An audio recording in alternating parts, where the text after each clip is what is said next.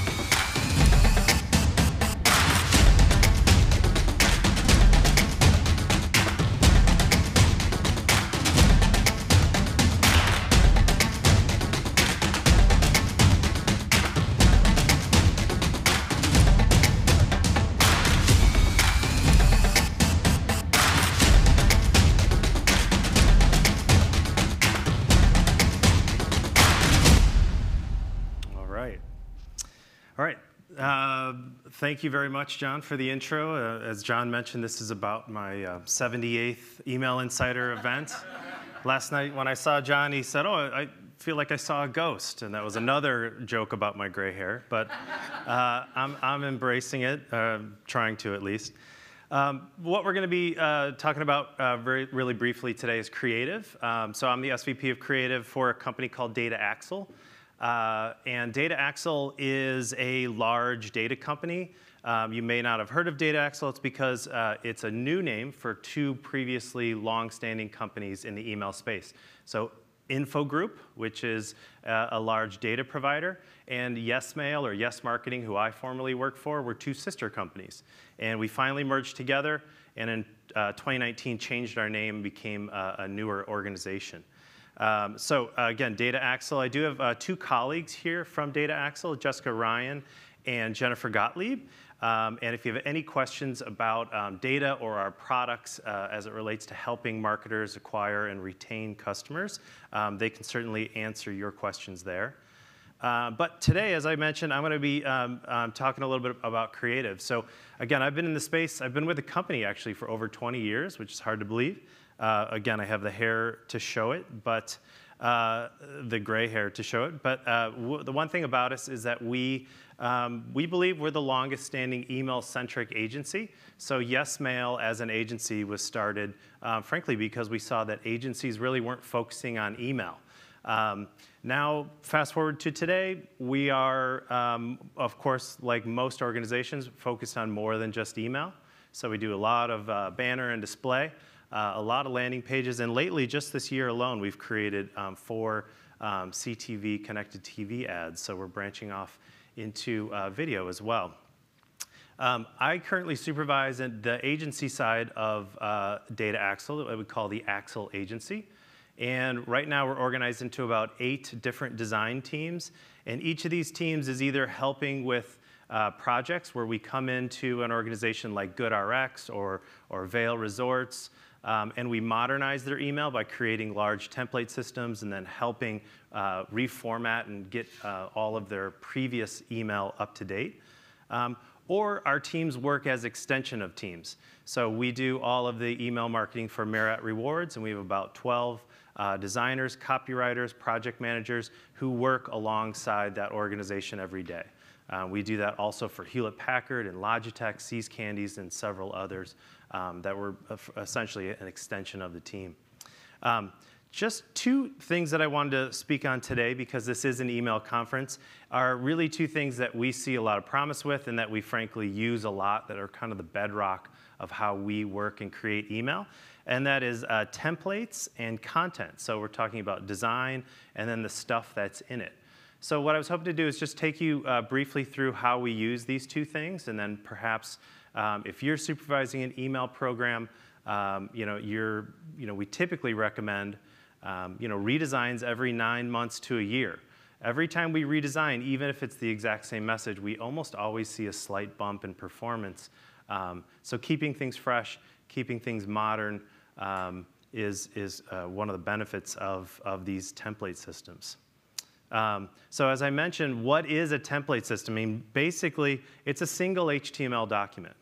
It's a design once, code once solution where we look at a universe of email and we say, let's make a bunch of different modules or Lego blocks that we can equip a marketer with so that when they want to make email, they have a pre-designed modular layout. You can mix and match and delete these things to create a wide variety of message combinations, from newsletters down to just promotions. So here's a few examples of it, and then, of course, a style guide or template guide that goes with it. But why would we create a template? So obviously, mobile ready, mobile first. 60% of all of our openers are already mobile ready. But then there's other things. It will speed up, and it's much more efficient to create email. And then, of course, images off optimized and personalization optimized so that we can flow data into the layouts is also very important. And again, one of the benefits of it is really just the elimination of all the coding that has to go on if you're not using templates. So for example, with this template, we came in and helped Bed Bath & Beyond modernize their look and feel. In the past, they were doing their email design creation the old-fashioned way, where they were designing it in Photoshop, and then they were making a mobile version, and then ultimately it got approved. Well, then there was another week of some poor HTML developer coding it, sending it, fixing it. Again, a template eliminated that whole latter step and allowed them to create email much faster. And again, whether there's one brand on it or multiple brands, easy to use single templates for multiple brands within a single company. So one of the most important things about it, though, is what we call design into code. So as I mentioned, we have about 32 designers. All of them went to art school, but they actually work in code. And it's not like they're writing code. They're essentially just taking those modules and moving them around using a HTML editor. It's a frameworking exercise. And then they go through and change the pictures and words. And that way of creating email is what we've coached several organizations to do as well, like Bed Bath & Beyond, like GoodRx, again, like Vail Resorts, where they were suddenly able to create email much faster. Many other groups can insert these template systems into like a WYSIWYG or break them down into modules within their ESP. But again, a faster, easier way to create. And then one last thing on templates is that people often ask us, doesn't it get the same look and feel all the time? What we do is we put a lot of emphasis on these feature modules, the very first module in the template, and by changing those up, like we do with Olive Garden, we can keep the emails fresh and looking different. We've actually done with a side-by-side holdout test where if you change the look and feel of the layout on a regular basis, you'll enjoy more interaction from it. So that's the template. Those are the containers. That's the design side. Now, the second piece of it is the content, the stuff that we put in it. There is a particular type of content marketing for email that we call sticky content. And I say it's for email because obviously content can mean a lot of things. But what we're talking about is bite-sized little pieces of content that don't typically click out. So we don't have to create large landing pages. These are just little Hershey's Kiss. They're maybe in the sort of second or third piece of a layout that just delight. They add value. The reason why we put these in there is because we want to train our users to open. I don't know if anyone remembers back in the day when the internet started, we're talking about the dictionary.com word of the day. It was early email where you signed up. Once a day, you got a word, and you read the dictionary portion of it. That type of thing is what we're going for with sticky content. We want just simple, little entertaining pieces that can, again, train users to open. So we're not talking about full-blown articles. We're talking about the things that you find at the beginning or end of a magazine. So humor, trivia, did you know, by the numbers, things such as that. And again, we've implemented the template system, but then this also bite-sized sticky content system for many of our clients. Now, the clients, as the marketers, they are bringing their product and promotion content. What we're doing is bringing the fun, bite-sized content that would entertain and delight their audience. So we typically would create those as a batch, or we'll look at a calendar and create, for example, 3 months of them so that we can collate those into our layouts. Now, why would we do it? Because anyone who is talking about themselves, a product or a marketer who's talking about themselves all the time, is kind of like someone who does that at a party. They're typically going to be alone by the end of the night. So we want to blend in bite-sized, entertaining, non-product, not about you, to improve our open rate. I don't know if anyone subscribes to the men's retailer called Huckberry out of the Bay Area. They are a great example of a very long newsletter, and right at the bottom of the newsletter, they do a simple what we are reading, and they link out to Rolling Stones or New York Times, whatever it is, but they do it in a way that keeps me opening. I haven't purchased from there in some time, but I consistently open it because I know there's value in there and it's entertained me in the past. When our teams take this on, we usually start with this exercise, and it's actually quite fun, where we say, okay, what brand and audience are we trying to reach?